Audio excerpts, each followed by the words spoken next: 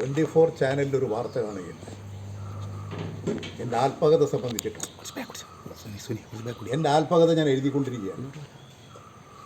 അത് പ്രസിദ്ധീകരിക്കാൻ ഒരാളെയും ചുമതലപ്പെടുത്തിയിട്ടില്ല. ഞാൻ എഴുതിയിടത്തോളമുള്ള കാര്യങ്ങൾ അത് പ്രിൻ്റ് ചെയ്യുന്നതിന് വേണ്ടി ആരെയും ഏൽപ്പിച്ചിട്ടില്ല. അത് ടൈപ്പ് ചെയ്യുന്നതിന് വേണ്ടിയിട്ടുള്ള നടപടിയാണ് എഴുതിയിടത്തോളമുള്ള കാര്യം. ഇന്ന് വന്നിട്ടുള്ള ഒരു കാര്യവും ഞാൻ എഴുതിയതല്ല. ഞാൻ എഴുതാത്ത കാര്യങ്ങൾ എഴുതി ഇന്ന് 10:30 അത് പ്രസിദ്ധീകരിക്കുന്നു എന്ന് പറഞ്ഞുകൊണ്ട് ഒരു വാർത്തയാണ് ഞാൻ കാണുന്നത്. തികച്ചും തെറ്റായിട്ടുള്ള നടപടി. ഇത് ഇന്ന് തെരഞ്ഞെടുപ്പാണ്. ആ തെരഞ്ഞെടുപ്പ് ദിവസം പാർട്ടിക്കെതിരായി വാർത്തകൾ സൃഷ്ടിക്കാൻ ബോധപൂർവം മാനിക്കുലേറ്റ് ചെയ്തിട്ടുള്ളതാണ്. ഇത് സംബന്ധിച്ച് ശക്തമായ നിയമ നടപടി സ്വീകരിക്കും. ഞാൻ എൻ്റെ പുസ്തകം പ്രസിദ്ധീകരിക്കുമ്പോൾ നിങ്ങൾക്ക് കാര്യം മനസ്സിലാവും. ഇനി ഏതായാലും എൻ്റെ പുസ്തകം താമസിയാതെ തന്നെ ഞാൻ പ്രസിദ്ധീകരിക്കും. മാതൃഭൂമി പുസ്തകം പ്രസിദ്ധീകരിക്കാൻ ചോദിച്ചിരുന്നു. DC ബുക്സുകാർ ചോദിച്ചിരുന്നു. ഞാൻ ഇവർ 2 പേരോടും ആലോചിച്ചിട്ട് പറയാം. ഇന്നിപ്പോൾ ചാനലിൽ കാണാതിരിക്കുന്നതിൻ്റെ പുറകവറ് ഞാൻ ഇന്ന് അപ്പം കാണുകയാണ്.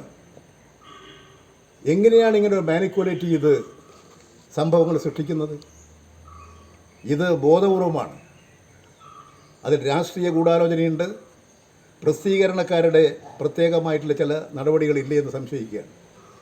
അതുകൊണ്ട് ഞാൻ ഇത് പ്രസിദ്ധീകരിക്കാൻ ആരെയും ചുമതലപ്പെടുത്തിയിട്ടില്ല. ഞാനിത് പൂർത്തീകരിച്ച് കഴിഞ്ഞിട്ടില്ല. ഇപ്പോഴും എഴുതിക്കൊണ്ടിരിക്കുകയാണ്.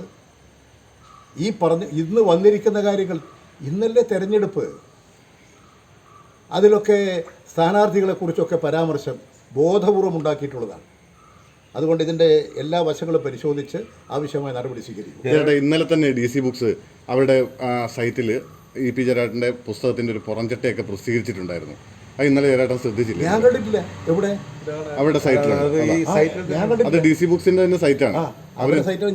ഞാൻ അവരെ ഏൽപ്പിച്ചിട്ടില്ല. പുസ്തകം പ്രസിദ്ധീകരിക്കാൻ അവരെ ഏൽപ്പിച്ചിട്ടില്ല. പ്രസിദ്ധീകരിക്കാൻ DC ബുക്സുകാരെ ചുമതലപ്പെടുത്തിയിട്ടില്ല. ഞാനിപ്പോൾ പിന്നെ നമ്മുടെ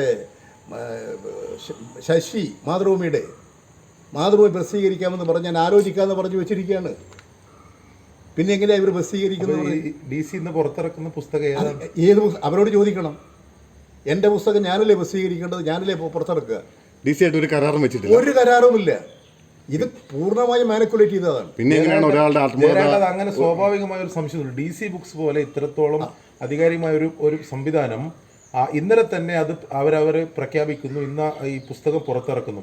പക്ഷെ ജയരാജൻ അത് പൂർണ്ണമായി നിഷേധിക്കും. ഇങ്ങനെ സംഭവം എൻ്റെ പുസ്തകം പ്രസിദ്ധീകരിക്കണം. ഞാൻ കത്തടിച്ച ആളെ വിളിച്ചിട്ട് ഇപ്പോൾ കോഴിക്കോട് ജയരാജൻ നടത്തിയില്ലേ, അതുപോലെ ആളുകളെ ക്ഷണിച്ചു വരുത്തിയിട്ട് പ്രസാദനം ചെയ്യല്ലേ ചെയ്യുക. ഇതാര് ഇവരെ ചുമതലപ്പെടുത്തിയത്? എങ്ങനെയാണ് ഇവർക്ക് ഇതിൻ്റെ കോപ്പി കിട്ടിയത്? ഇത് തികച്ചും മാനിക്കുലേറ്റ് ചെയ്തിട്ടുള്ളതാണ്.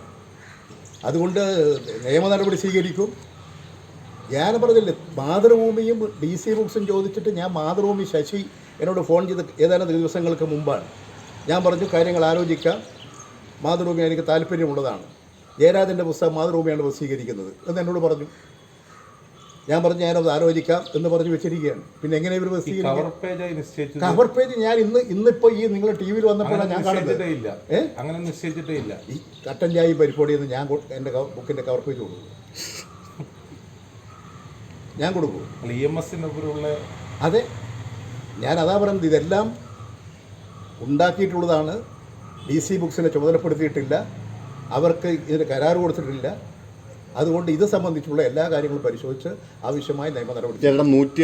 ഇത് തെരഞ്ഞെടുപ്പ് ദിവസം ബോധപൂർവം ആസൂത്രിതമായി നടത്തിയിട്ടുള്ള ഒരു പ്ലാനിങ് ആണ്.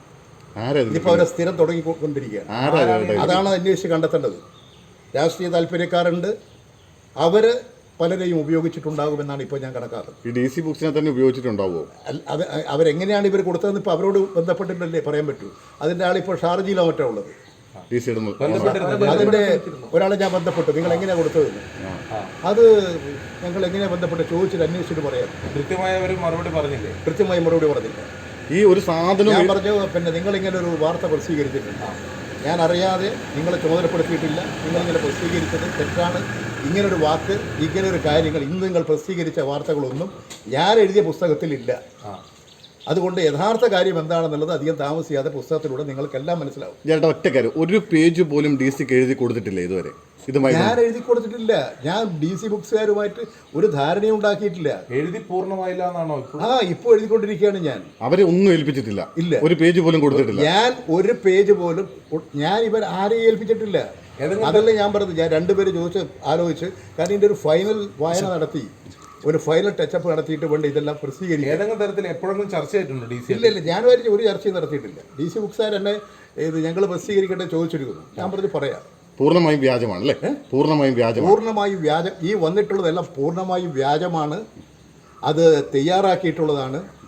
അല്ലെങ്കിൽ അതിൽ വന്നിരിക്കുന്ന ചിലതൊക്കെ എത്രമാത്രം തെറ്റായിട്ടുള്ള കാര്യങ്ങളാണ്. ഇന്ന് തെരഞ്ഞെടുപ്പ് ലക്ഷ്യം വെച്ചുകൊണ്ട് നടത്തിയിട്ടുള്ള ആസൂത്രിതമായൊരു നീക്കമാണ്. അതെങ്ങനെ ജയരാജൻ എങ്ങനെയാണ് അത് മനസ്സിലാക്കുന്നത്? എങ്ങനെ അത്തരത്തിൽ DC ബുക്സിന്റെ പേരിൽ ഇപ്പോൾ ഈ ഗൂഢാലോചന എന്ന് പറയുന്നു? ഏത് തരത്തിൽ? ഇന്ന് തെരഞ്ഞെടുപ്പല്ലേ?